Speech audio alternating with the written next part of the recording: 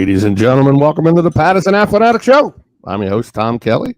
With me, as always, the handsome Joseph Marks. Good morning, Philadelphia. The fuzzy-faced James Scorza. It's a great day in Philadelphia.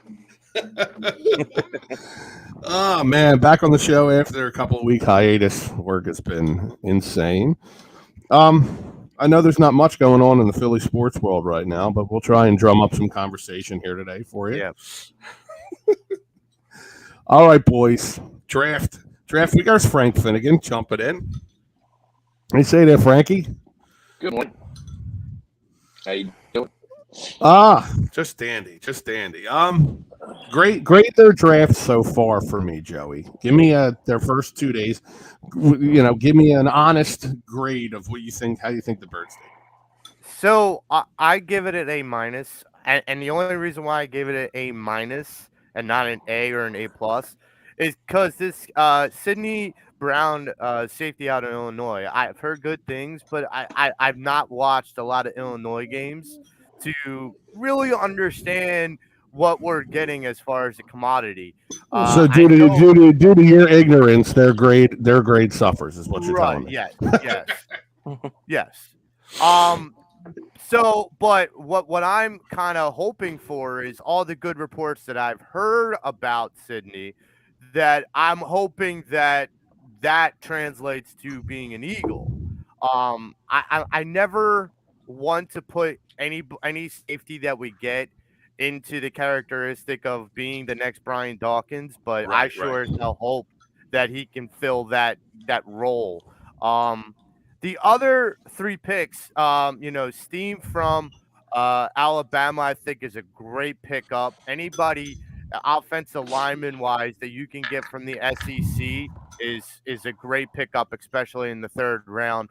And then Nolan Smith and Jalen Carter. Look, I know that Howie went down to Georgia about 2 years ago and was highly documented that he was down there scouting, but damn, I didn't know he was going to take 4 out of their 11 defensive players from that great defense. It is astounding. And look, I said this to James prior to us coming on. Ringo is the corner from Georgia. He's still on the board. If you want to go into the round and go get another ball, no one would ever criticize you. But I give them an A-. Okay. How about you, Frank? What are you thinking on the first 2 days of the draft, kind of grading wise? After listening to all the other talking heads around the league the last 2 days, I got to give the Eagles an A+, because they can't believe that the league let them get away with what they got away with and wind up in the first round with who they got.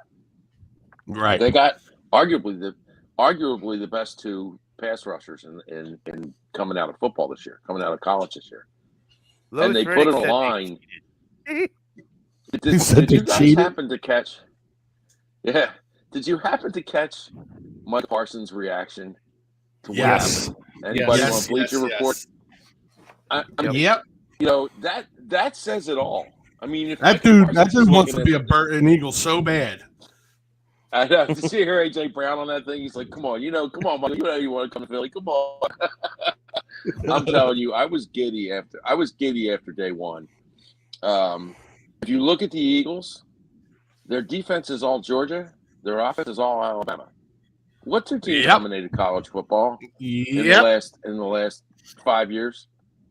I mean, Georgia and Alabama. Howie, Matt's not going to want to agree with this, but ever since the Jalen Reagor pick, the Eagles have hit on the draft like home run hitter.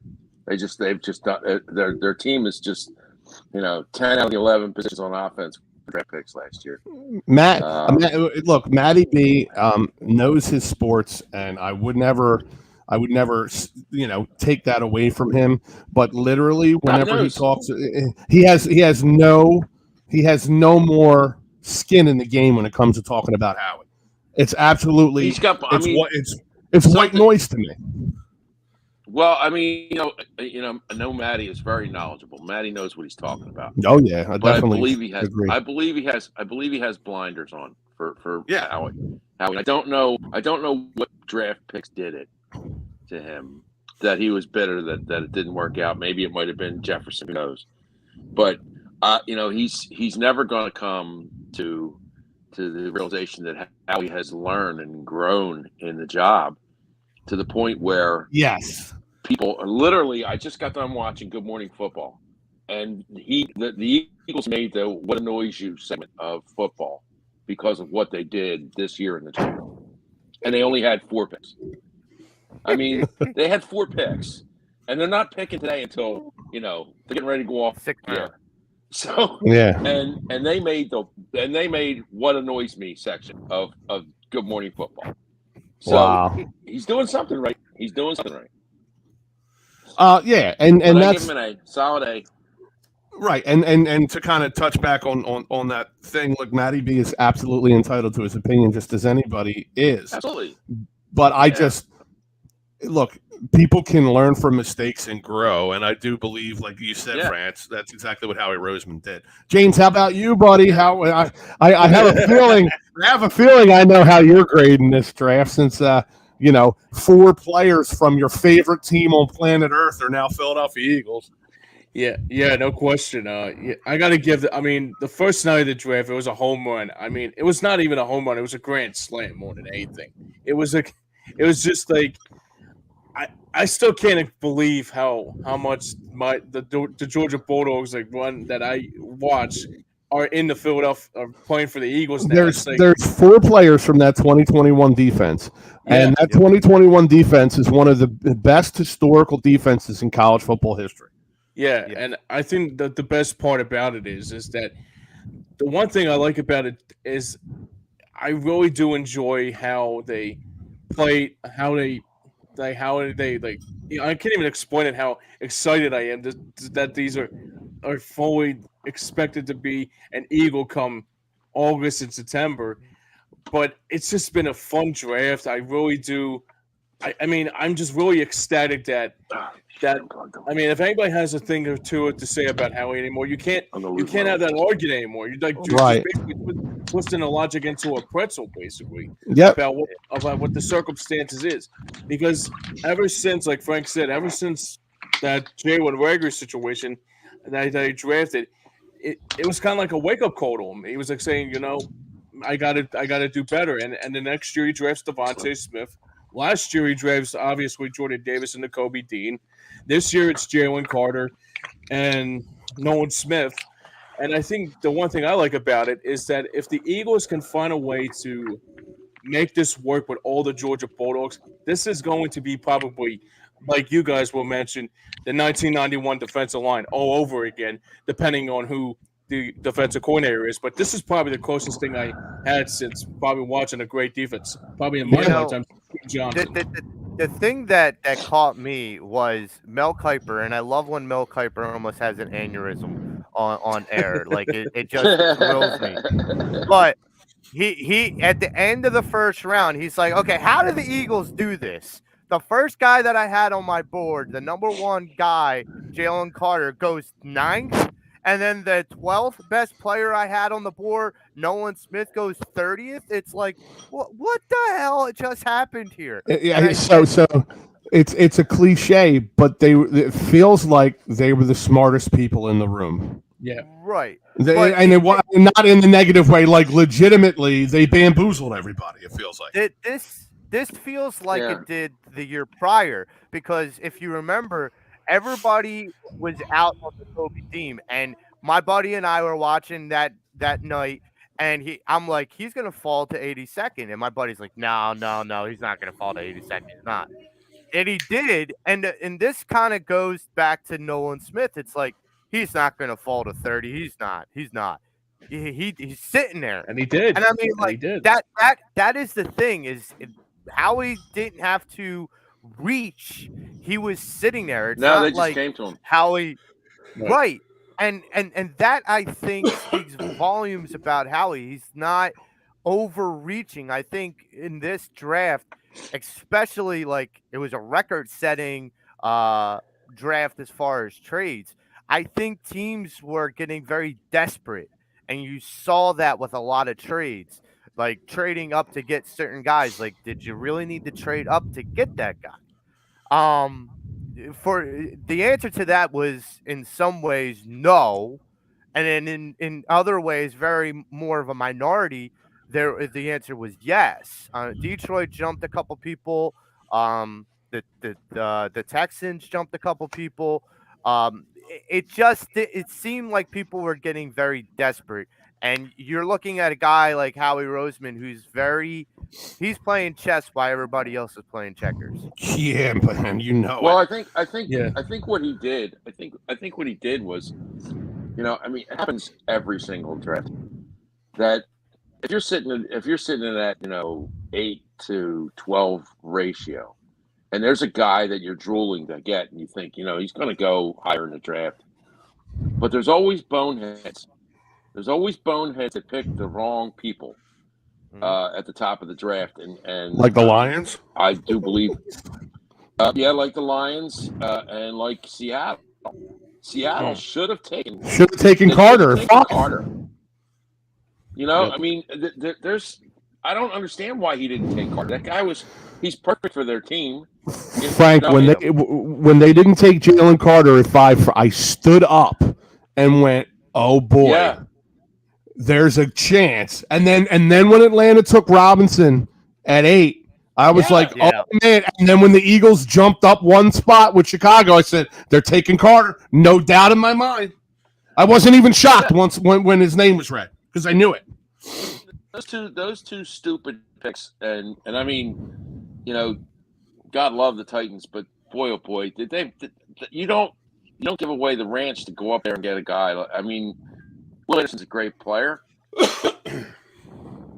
I think they mortgaged way too much to get him. Way too much to get him. And you look at what Atlanta did. What the hell is Atlanta going to do with Bijan Robinson? I know. They don't have a line. Nope. I mean it was as dumb as, and I have a Giant fan probably listening right now who I met up in Bayonne, New Jersey this week. It was as dumb as the Giants taking Saquon Barkley. Oh yeah. Saquon Barkley, great player. You can't argue that. But everybody. Josh I'm sorry. Allen. Go ahead. They should have taken Josh Allen in that pick, and they didn't. They took the wrong guy. 100% right. And it cost them. It cost them. And this is going to cost Atlanta. It's going to come back to bite Atlanta in the ass. They're going to have guys. They're going to have somebody to put asses in the seats. But what difference is that going to make? We're not winning games. And I mean, that's running backs aren't that valuable. And here's how smart here's how smart Atlanta is. They put a Chick-fil-A in their stadium. Chick-fil-A's are closed on Sundays. So that tells you all you need to know about the Atlanta Falcons. Yeah. Yep. Do you think, Frank, that this is desperation? Like on Sunday game. What's that? Do you think that like some of these draft picks, like Atlanta and Tennessee and the trades, do you think that those are like they're grasping at straws in order to try and turn their team around? Like Tennessee, whatever Tennessee is doing in their front office, I think somebody's pumping OxyContin into the air because you can't trade. You can't trade away. You can't trade away AJ Brown. You can't do it. Well, this is a different GM. It doesn't matter. Yeah, it's obviously stupid. It's a culture. It's a stupid culture of stupidity. I'm telling you, you walk into that room and it has to be. There has to be something in the air. Somebody's pumping bad air into that room because maybe we could fleece Mark Henry. And in Atlanta's case, I think Atlanta is the trout that bites the shiny thing in the water, and Bijan Robinson was the shiny thing, so they bit. Well, they're fish now. They're going to be flapping on the side when everybody else is in the playoffs. They're not going to. It's not going to help them. And what's the sad part about it is a guy like Bijan who has world class talent is going to get wasted in Atlanta because they're just not going to win with him. The Giants are finally doing the right thing. They drafted Lyman, and man, that center that they got, that kid's unbelievable. The wide receiver that they got out of Tennessee is going to be a burner. Yes. The Giants are doing. Somebody up there is doing the right thing. So then, let me ask you guys a question. If you're the Eagles, and obviously they didn't go Bijan, I didn't think they would take him that high, even if he was sitting there. I didn't think they would go. But do you think the Eagles should make a move for Derrick Henry? No. Derrick Henry doesn't fit their offense. I've not heard that, but there's another running back who I would make a move for that I have heard out there that could be either a free agent or whatnot or released, and that's Dalvin Cook. Yeah. Yeah. And that interests he's more of a fit. He's more of a fit to their scheme of what they're going to do than Henry would be. Yeah. Who's the running back in Detroit that now got a job because they took Swift. Yes, Swift. Swift is a guy I'd be interested in because he fits the Eagles perfectly. That kid fits the Eagles perfectly, and I think there's 2 years of control for him. Yeah, maybe the Eagles can work out a deal because they got a gajillion draft picks next year. Maybe they can work out a deal where they can get that kid. The Eagles have 5 in the top 100 next year? 5 picks in the top 100? Yeah, they got so many picks next year. It's insane. That's unbelievable, man. I was kind of hoping to hear in the last 2 days. I was kind of hoping they made the deal with the Cardinals to get the safety. How about that tampering with Jonathan Gannon tampering, and they flop picks? They flop third rounders. The Cardinals are 30 spots. The Cardinals are a dumpster fire in the middle of a tornado. Like it's just they're just horrendous.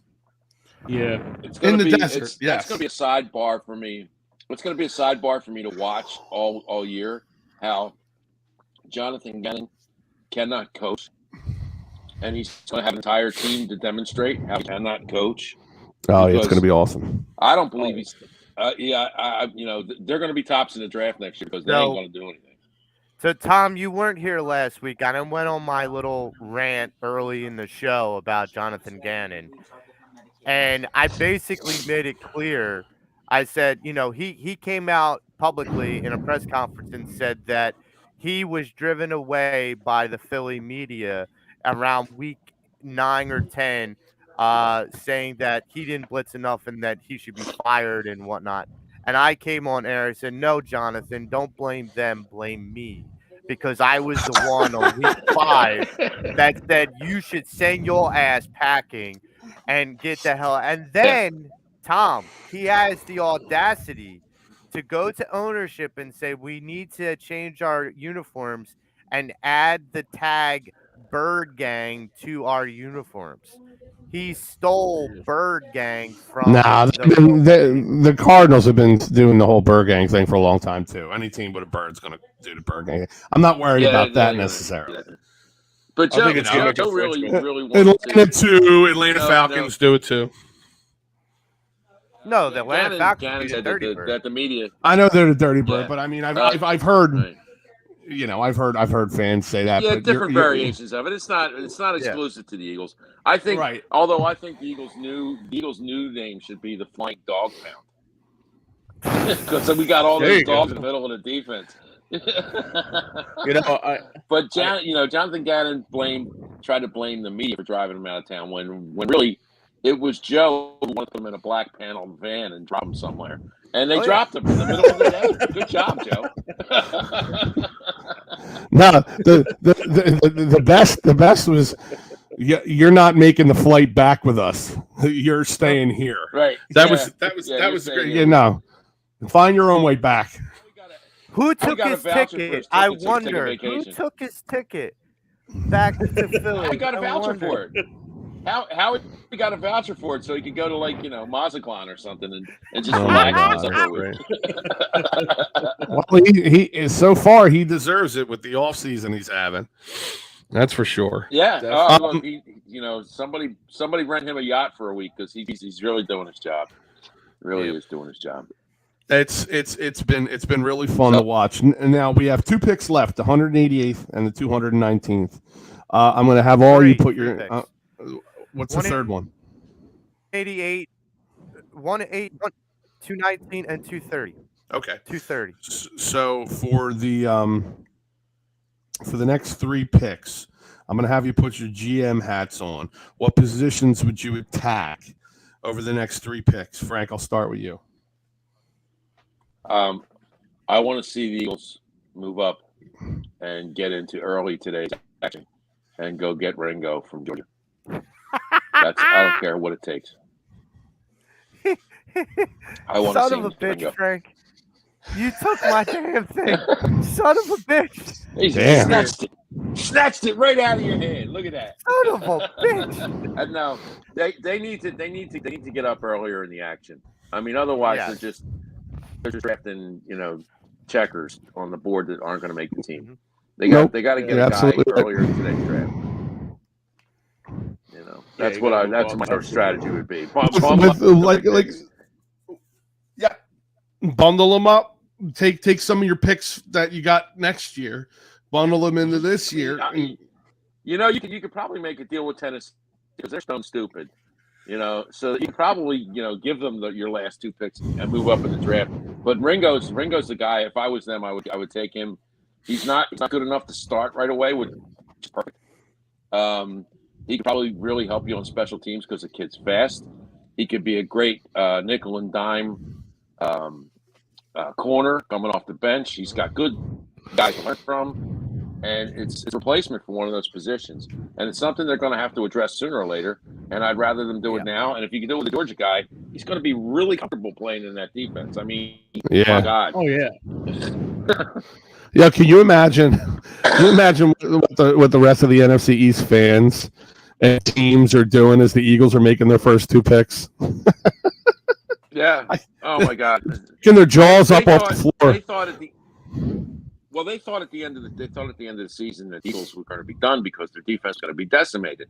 Right. Well, Micah Parks said it best. He said they let a guy go who was going to cost them $85 million and replaced him with a guy who they got 5 years of control over, who's almost as good right now as a rookie. He said, I'm sick. I'm sick. You saw him. He's walking around. He almost walked out of the studio. Wow. And then they get the edge rusher. Then they get the edge rusher of the future. Can you imagine what him and Reddick are going to be doing in the next couple of years? They're going to be tearing teams apart with monsters in the middle. Yeah, and Carter and Davis are going to be drawing double teams. They're going to have one-on-one on the edges. It's going to be insane. Yes, it is. So I'm going to go out on a limb. So like the Eagles set like a record for sacks. I said this to my buddy last night. I'm going to go out on a limb and say I think they're going to approach, if not break, their last year's sack record.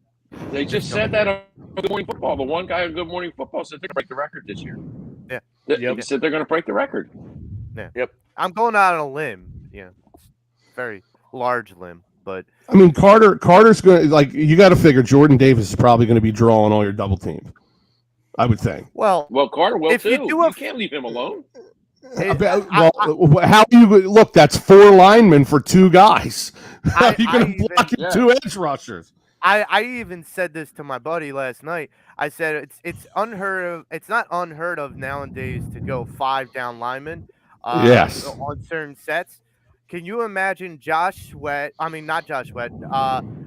Smith, Jalen Carter, Fletcher Cox at nose tackle, Jordan Davis, and then Hassan Reddick, and having those 5 guys line up and have that offensive line look at them and go, what the fuck do you expect us to do with that? And then every third play you're rotating Brandon Graham in to talk a bunch of shit and push some guys around. Right. Josh Sweat going and burning. Yep. Yeah, that's and don't forget, Derek Barnett's back too. Yeah. Well, he's not going to be a factor. He might be cut by the end of it. You think he might be out of here before the start of the season? I think so. I think so. With the depth, yeah, you could get rid of him, easily. But hey, maybe because that's Gannon's Maybe because Dannon's in Arizona, they can package together to move up in the draft and give him Barnett. There you go. You think like Buda Baker? They always need another guy that's going to get the worst, the 50-yard penalty in the worst possible moment. That would be great for them. Yeah, absolutely. Let me ask you. I only want the worst for Jonathan Gannon. Yeah. I know you do. I'm aware. But the Barnett thing, would you trade Barnett for Buda Baker? If that just asked, I know it's an asked question, but I'm kind of curious. Where do I pick Barnett up? Where do I pick Barnett up and drive him? Yep. Yeah, seriously. Yeah, definully. You know, I don't even drive tomorrow. Now, tell me where I'll put him on I'll drive him there now. I'll put him on my back and walk him there.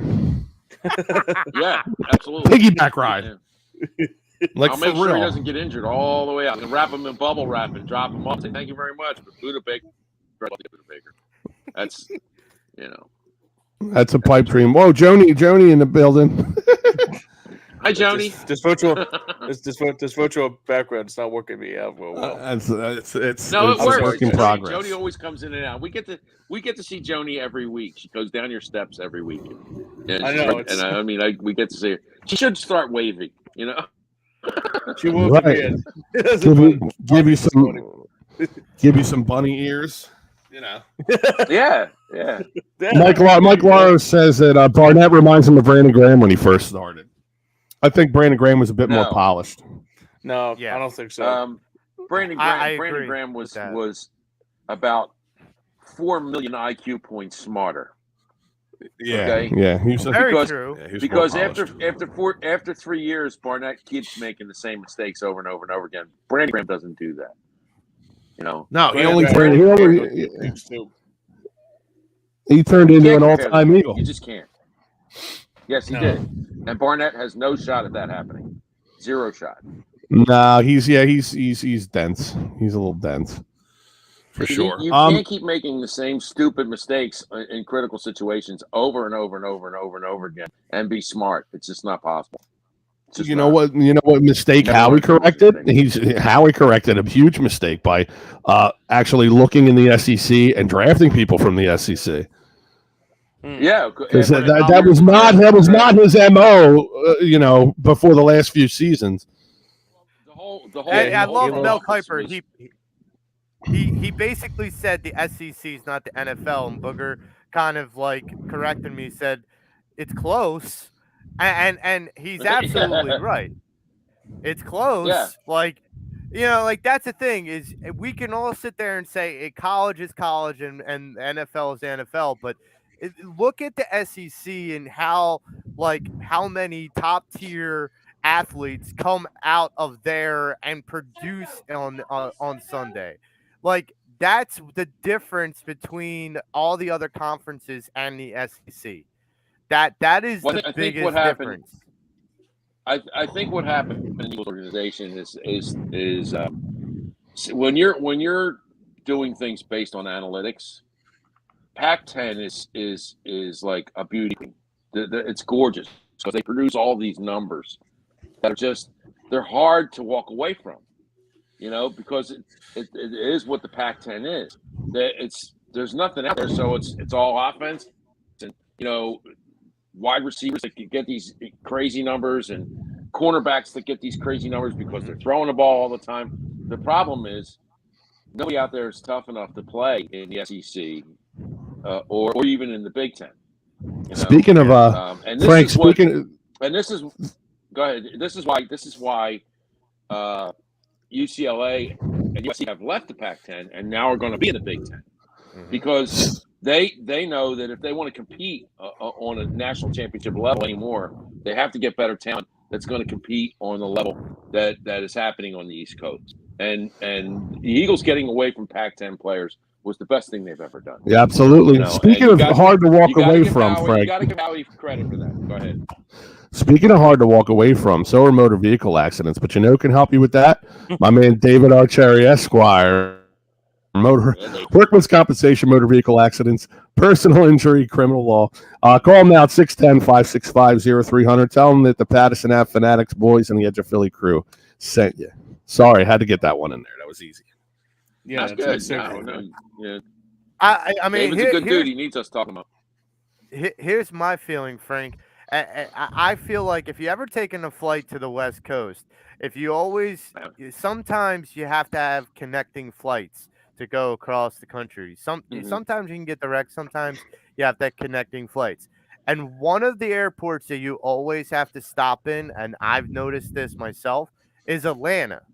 So it's interesting to me. Yeah. So I think that what happened was Howie had originally booked a flight to Washington State to go see Pac 10, Pac 12 guys, and his flight at Atlanta got delayed. He stayed. He saw Georgia game. Got was layover. What the hell is this? It's like he didn't realize that it existed until then. You know what? He probably got those bleachers to a Georgia-Alabama game. Right. This is pretty good. Yeah. Like, wow, okay, I like these guys. And then he just canceled his flight to Washington. So next week we can have an entire draft recap show, but I would be beside myself if I didn't transition into some 76ers talk.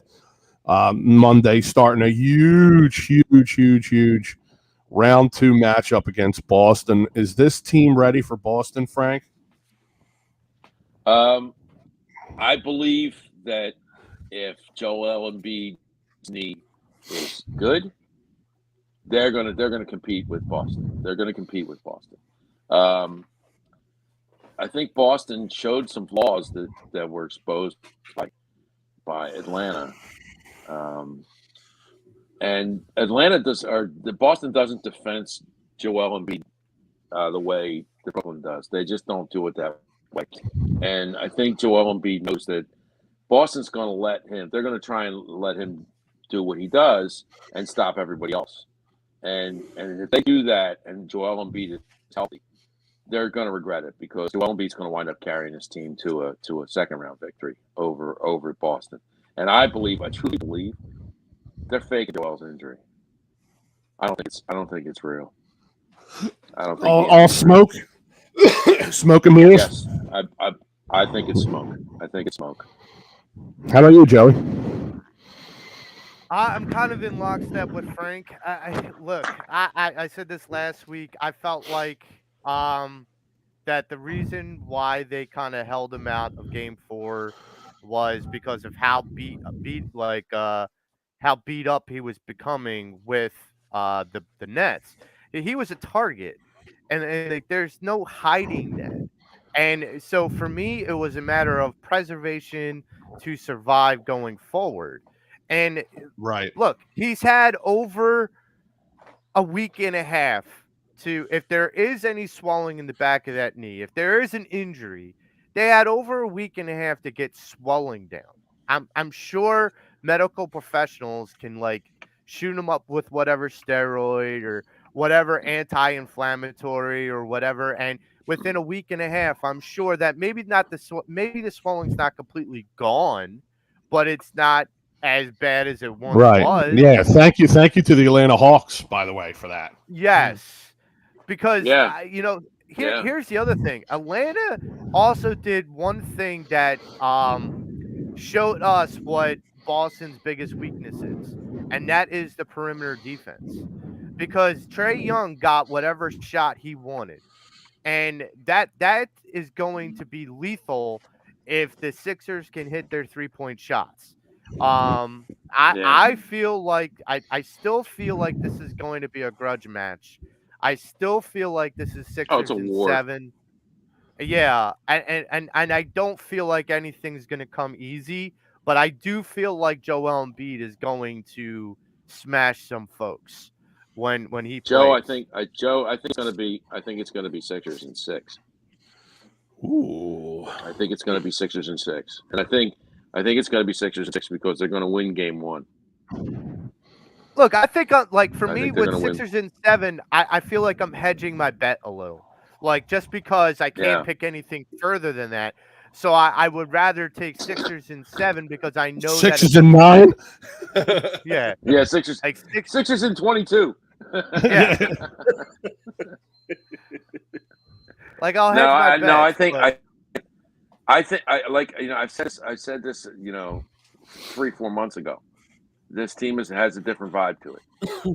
Yep. I think you're going to see a different PJ Tucker in this series. Oh yes, I cannot think wait. I want to see how annoying PJ Tucker is on Brown because it's already been established that Toby can take Tatum. Okay, Toby can play Tatum. They need somebody to neutralize Brown, and that's My key is. Sorry. If they can neutralize Brown, and I think PJ Tucker is that guy, that's just going to be a pain in that guy's ass the whole series. If they can do that, Sixers are going to win 6. My key to the series is. I told you guys the Sixers are going to be in the finals. I told you this months ago. We'll see. My key to the series is Tyrese Maxey. If we can get that energetic Tyrese Maxey, he's too fast. They can't get in front of him. They cannot get in front of him, man. Boston has figured out a way to tie him up. The Sixers have to figure out a way to lose him. Yes, Boston has stepped down on Tyrese. That's why Joel gets points against the Sixers. But over the last month, Tyrese has really kind of come into even more into his own now. It's been incredible. I mean, he was huge. He single-handedly won one game in the Brooklyn series. Yeah, he did. At least he did.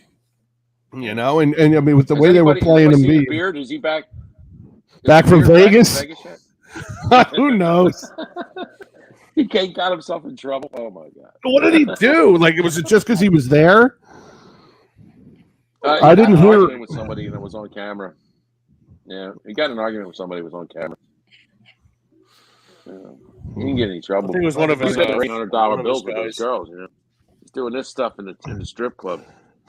If that's some guys listen to classical music, some guys like to hit the gym and work out. If throwing dollar bills at the Dancy girls is how James Harden gets his head clear. He don't throw dollar bills. He throws $100 bills. Yeah. Hey, more power to him. He's got one of those machines that just shoots them out. I do agree. Mike Loro saying that Boston has the edge in coaching. I do agree with him there. I do think absolutely Boston has it's a distinct edge in coaching. Right. I disagree. Just because I feel like not just Doc, but the guys that we have as assistant coaches. If we're talking about just Doc, then yeah, I would give it to Boston. But if we're talking about the whole coaching staff, then no, I give it to the Sixers. Doc's in the seat. I'm sorry, but Doc's, all the decisions fall in his head, regardless of who's behind him. And I do not trust Doc. I don't trust him. He's just I don't trust Doc. And I think that head coach is better than Doc for sure. Absolutely. Mike Fuji checking in. Hey, what's listen, up, Fuji? Guys, I'm gonna have to cut out early because I have a tournament I'm in today. No problem. Go do your thing, Frank. We only got about 20 minutes left anyway. I just have one comment about the last night Phillies game. Thank you, Aaron Nolan, for finally showing up this season. He picked the perfect game to do it. So, guys, have a great rest of the show. Let's see how we can package and get up and get Ringo. I'd love to get Ringo. God, let another dog come here. Please let another dog come here. And you have a great show, and I'll talk to you guys next week. Yeah, man. All right, see you guys next week. Later, buddy. All right, buddy. All right, Marks, I got a question for you. Do you think that the NBA should reseed in the playoffs? Yes, absolutely. Because if we reseed in the playoffs, you're not seeing Boston until the conference finals. Right. And I think it benefits the NBA to do it because I feel like they can then set up better matchups for better television ratings. I mean, think about this. Even if you reseeded in the first round, right, or if you just left that alone, the New York Knicks. I had asked our buddy, the Knicks Cavaliers series. I never kept track of that because I wasn't interested in it, and like that was the most irrelevant basketball series there was. I'll tell you what, though. Basketball is a lot more fun when the Knicks are relevant. A lot True. more fun. Can you imagine True. if they reseed and you go through Brooklyn and the Knicks And New York to get Yeah. to Boston? That would have been And awesome. Boston That would be faces awesome. Miami. So like think about it, the Boston Miami series. That would Right. be amazing to Yes. just see Yep. those two Goliaths go toe to toe. And then you got to think about this. It only behooves the NBA to do it because then they could possibly there's no structure really on how that reseed could go. They could reseed to benefit the matchups, Right. so that they could be able to advertise it better. It's Jimmy Butler versus Jason Tatum. Okay, sign me up. Like Julius Randle versus Joel Embiid. Okay, sign me up. Like that's kind of the difference is that it's about marketing. And if you can reseed to market to make more money, if you can reseed to make more compelling, not that I don't think Philly Boston's going to be not a compelling series, but I feel like it would have been a more compelling series in the Eastern Yeah. Conference Yes. Finals. Steven Numersky's checking in says that would be like the Flyers going through the New York Rangers and the New York Islanders to get to the finals in '87. That would have been awesome too. Yes. Yeah. Yeah. So but Yeah, like, good it's comparison, man. equivalent. Yeah, equivalent to that. Yes. Absolutely.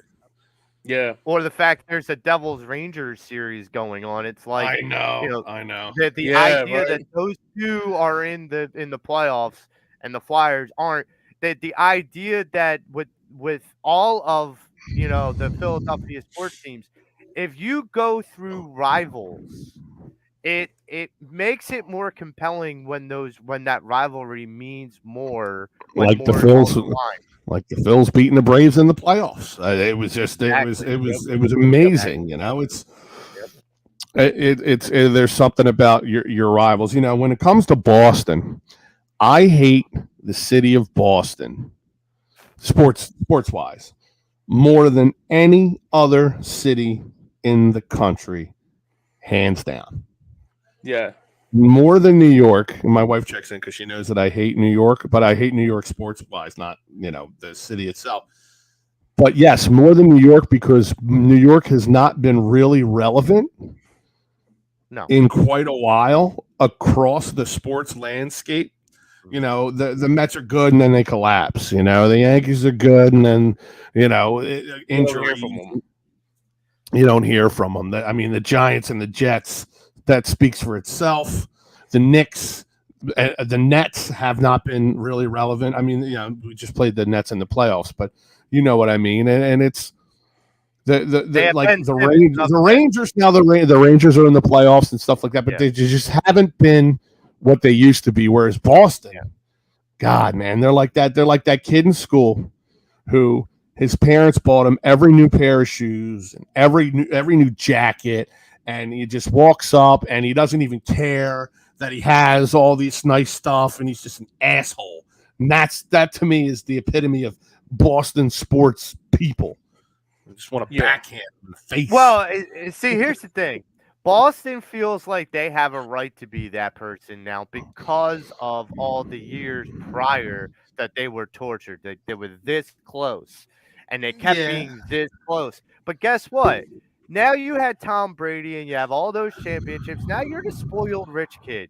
Now you can't sit there and be like, oh, well, we're the struggling fan base. No, you're not. Now you get You can't say that with Boston. You can't. Nope. You have so many titles, like you can't even say.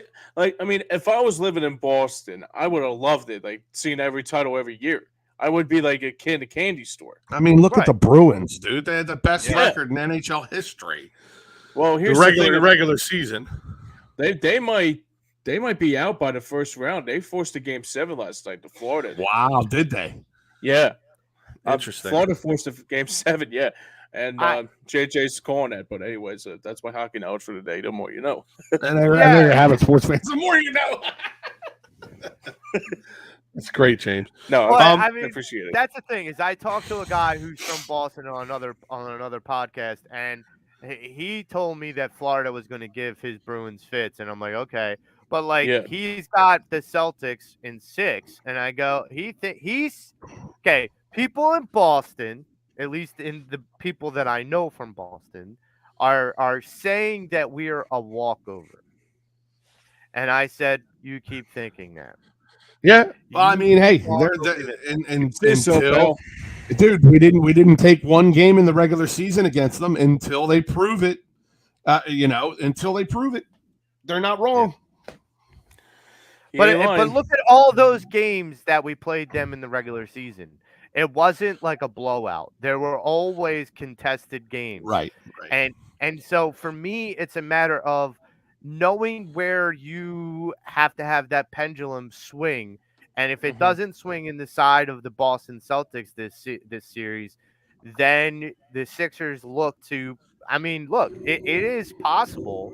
It is more than possible for the Sixers to take it in 6, like Frank predicted, because if that pendulum swings favoring the Sixers more than it does the Celtics, yeah, the Sixers aren't going to win games. This is not going to be, and none of these games are going to be decided by 10 or 12 or 20-point games.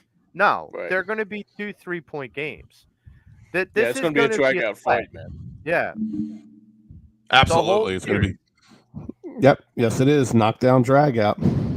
Apollo But Tom, versus if you Rocky. want to go watch one of those playoff Rocky games, versus where Apollo, could I love it. go buy tickets? Joseph, I'm so glad that you asked me that because I was hoping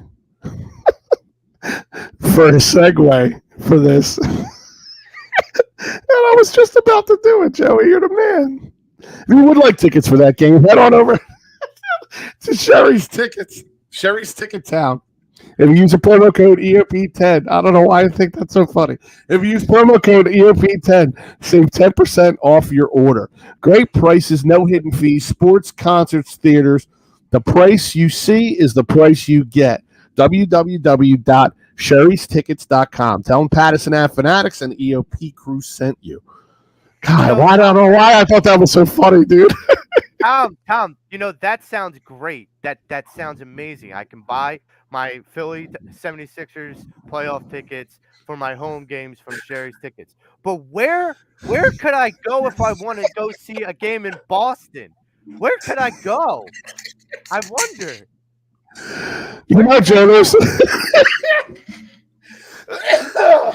you're horrible at this, Joe.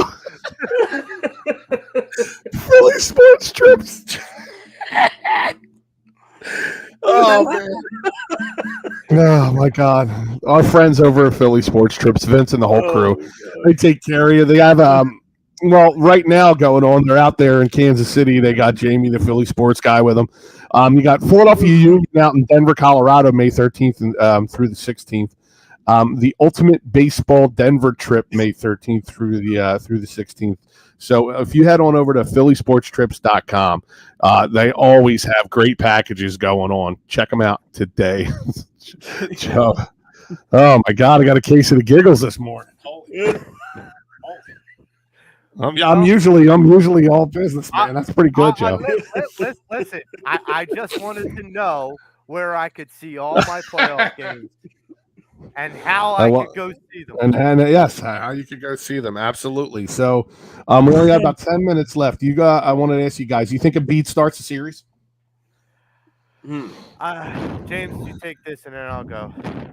I mean, I don't think we'll need him for the first game. I think we'll be okay. I mean, the star of the game, like you said earlier, Tommy, is like how does Tyrese Maxey control Jason Tatum down the floor? I think he's going to be like an X factor in that first game. Joel Embiid can't go, but I mean, if I wouldn't think it's going to be a big loss, but how they control Marcus Smart, how to control him without Embiid, it's going to be a little bit difficult. Don't get me wrong, but I think they'll be okay for one game. Just hope it doesn't linger. Right. So I feel like Embiid's going to play game 1, but I don't feel like it's going to be in the way that everybody makes it think. Like They use him as a decoy almost. Yeah, because just his presence alone is going to give Boston fits. And you got to think, if they just ignore Joel and they focus on everybody else thinking, "Oh, he's a decoy. He's a decoy. Don't bother him." Then Joel is Right. just gonna dunk. He's gonna do whatever he wants to do. I don't feel like he's going to. It's not going to be physical. And if they get physical with him, you're going to look for all people that are going to watch this series. Be understood. There's going to be technical fouls, possible flagrants. This is not going to be for the faint of heart. But that being said, for game one with Embiid, I would make sure to put him on a short leash because I wouldn't want Boston to go all Brooklyn and put a target on Embiid's back and as far as trying to hurt him further. Got So it. I think he plays game one. I just don't think you're going to see unless Boston thinks, we're going to ignore Embiid.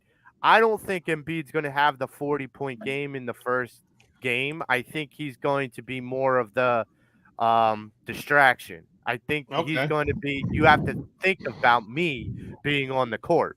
And that's going to be enough for Boston. He's a handful. Yeah, he is. I hope so. Is Harden or Maxey going to be the difference? I would say Harden. Harden has to be the facilitator. I know people want him to be the old James Harden, MVP James Harden, the Right. 30-point, 35-point game James Harden. I don't need that from. I mean, it would be nice, but I don't need that from James. I need James.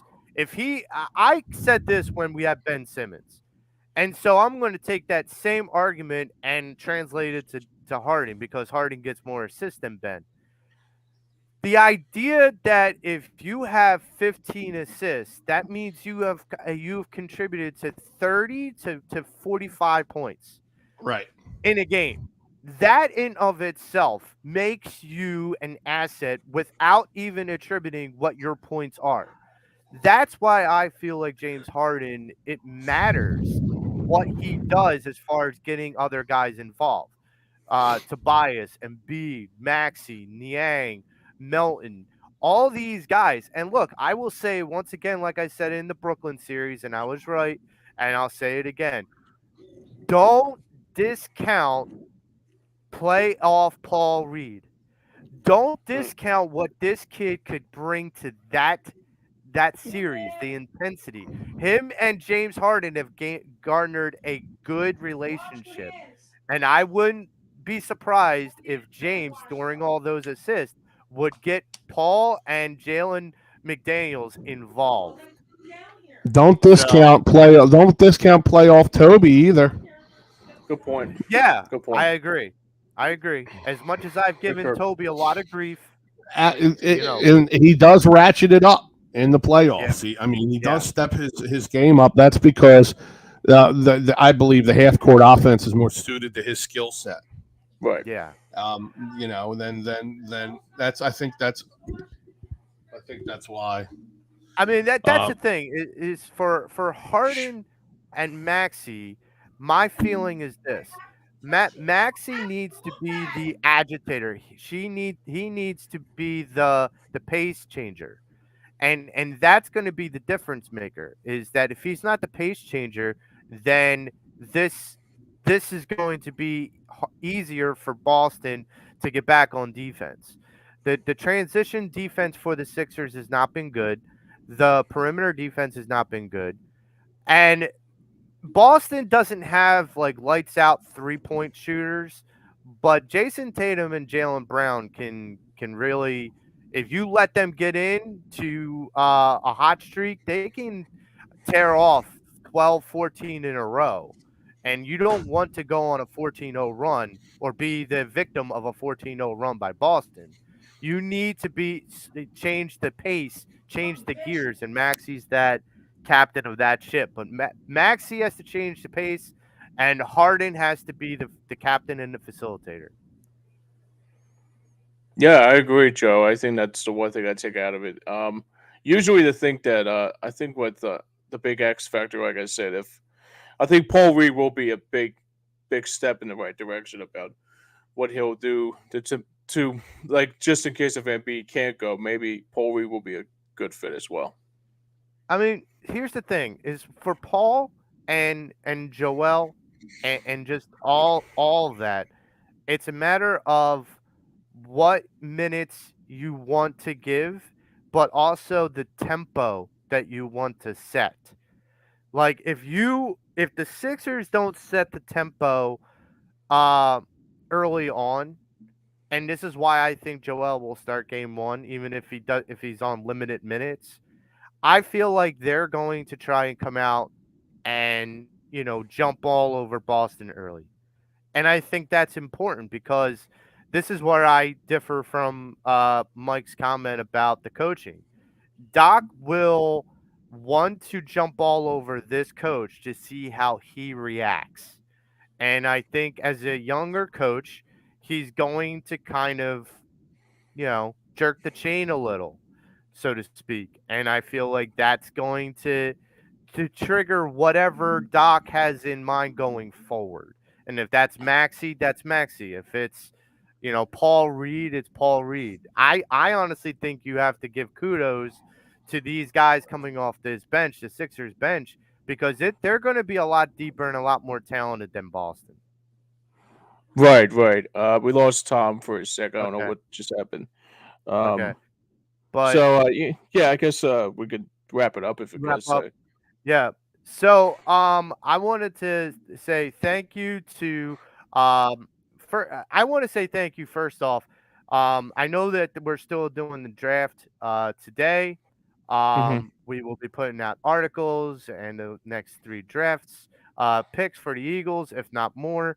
Hopefully Howie can wheel and deal. He's becoming. I think I'm going to nickname Howie the Magician because Yeah, he doesn't yeah, show you definitely. his tricks, but he definitely has tricks in the book. Um, Right. so the one thing I want to say thank you to is Al Zafiri.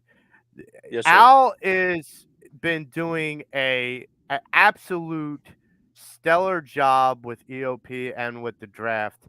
He Mhm. is the maestro, so to speak, behind the scenes when it comes down to orchestrating all of the great production, all of the articles, all of the graphics. I gotta send big kudos to Big Al. I also have to say thank you to the Painted Lines guys, Deebs and all those guys. I listen. They've done a stellar job for the last month to 2 months. There's no better place to get your draft coverage, to get your breakdowns of players.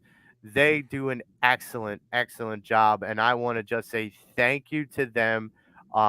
You will see me and James tomorrow. We will have a draft Yes, sir. wrap up show around 4 p.m. So please tune in. We will go over all the draft stuff, including the Eagles draft picks, the winners and losers for the draft, what teams were boneheads like Tennessee and Arizona, and what teams were possible winners like Detroit and Seattle. We will go over all that tomorrow. But for Tom Kelly, James Scorza, Frank Finnegan, Damon Salim, I'm Joe Marks. We're the Pattison Ave Fanatics. Go Phillies, go Eagles, and we'll see you next week. See you next week.